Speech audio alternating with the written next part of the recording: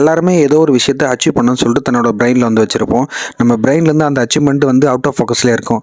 அதே மாதிரி தான் அந்த கேமராமேன் அவுட் ஆஃப் ஃபோக்கஸில் தெரிஞ்சு. ஸோ சோதாவுக்கு சோறு கொண்டு போகிறவங்கள இன்றைக்கி டே 6 கண்ணுக்கு உசுர சூரியனுக்கு ஒரு ஹாயை சொல்லிவிட்டு வீட்டில் செஞ்சு வச்சிருந்த 2 இட்லியும் சாம்பாரை உள்ளே தள்ளிட்டு நேற்று கழட்டி போட்ட ஷூ சாக்ஸ் எங்கே இருக்குன்னு தெரியல, அதை தேடி பிடிச்சி ஒரு வேளை மாற்றி காலில் போட்டு கிளம்பியாச்சு அவசரத்தில். போகிற வேலை பார்த்தீங்கன்னா பச்சை பசல் நிறைய காட்சிகளை கண்டேன். அதை உங்களுக்கு காட்டணும்னு சொல்லிட்டு அப்படியே ஒரு வியூ எடுத்துக்கிட்டேன். எல்லாருமே வெளியே போகும்போது கண்டிப்பாக ஹெல்மெட்டு போட்டு போங்க. நம்ம சேஃப்டி ரொம்பவே முக்கியம். போகிற வழியெல்லாம் பார்த்தீங்கன்னா நல்லா பச்சை பசங்க இருந்துச்சு.